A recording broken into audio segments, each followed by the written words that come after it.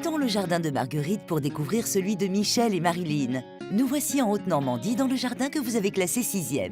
Michel est jardinier de métier, son épouse Marilyn est une autodidacte passionnée. Alors l'aventure, elle a commencé il y a une trentaine d'années sur un terrain de 2000 m² où paissaient des moutons, deux pommiers, et puis ce terrain argileux avec du silex où vraiment on se disait on va avoir vraiment du mal à faire quelque chose dans ce terrain.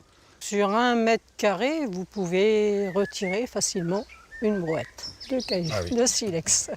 Un terrain difficile à dompter, mais qui va trouver un adversaire de taille, à la grande surprise de Michel. Il n'avait jamais touché à une bêche, je ne savais pas ce que c'était qu'un outil pour jardiner. Donc ça a vraiment été pour moi une grande découverte de savoir qu'elle était capable de faire des choses comme ça. Sans Marilyn, le jardin ne serait pas ce qu'il est devenu. Je me suis pris au jeu. Voilà. Et c'est peu dire, car très rapidement, le couple achète une 2e parcelle et double ainsi la superficie. Si avec le premier jardin, les plantes vivaces étaient à l'honneur, avec ce nouveau jardin, Michel et Marilyn vont aller encore plus loin. Sur cette 2e partie, Marilyn voulait quelque chose de structuré.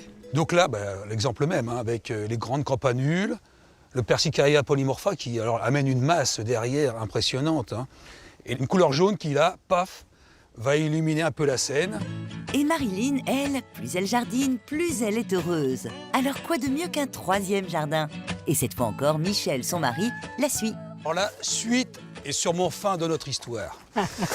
Alors après avoir rempli les 4000 m² de l'autre jardin, avec 8000 m² supplémentaires, pour elle c'était voilà, un autre terrain de jeu. J'ai voulu créer comme une balade, sachant que je partais sur un bassin central, donc j'ai articulé toutes ces allées autour de ça. Ces allées, bordées d'impressionnantes digitales roses et blanches, sont une invitation à la flânerie. Marilyn a créé ici un jardin d'arbres de collection, dont de nombreux érables du Japon, des acères, des magnolias et un chouchou. Alors parmi les arbres qu'on adore, c'est le Cornus cousa satomi. Ça c'est vraiment un arbre exceptionnel au niveau de la floraison. C'est vrai qu'on ne le voit pas quand même partout. C'est quand même, je dirais que c'est une belle pièce dans le jardin. Ce cornouiller, originaire du Japon, préfère les sols riches. Son point fort, sa rusticité. Il résiste au gelé jusqu'à moins 25 degrés. Mais son véritable atout est sa floraison, qui commence en juin et qui est spectaculaire. Si ce jardin recèle des surprises, ce n'est pas le fruit du hasard. Ça fait maintenant 32 ans que je jardine. 8 heures par jour, 8 mois de l'année, non, c'est pas une corvée pour moi. Pour l'instant, ça va.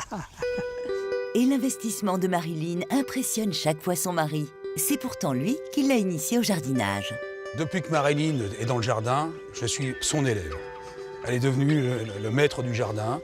Et c'est vrai que j'apprends maintenant beaucoup grâce à elle. Et j'aurais tendance à copier un petit peu ce qu'elle réalise dans le jardin.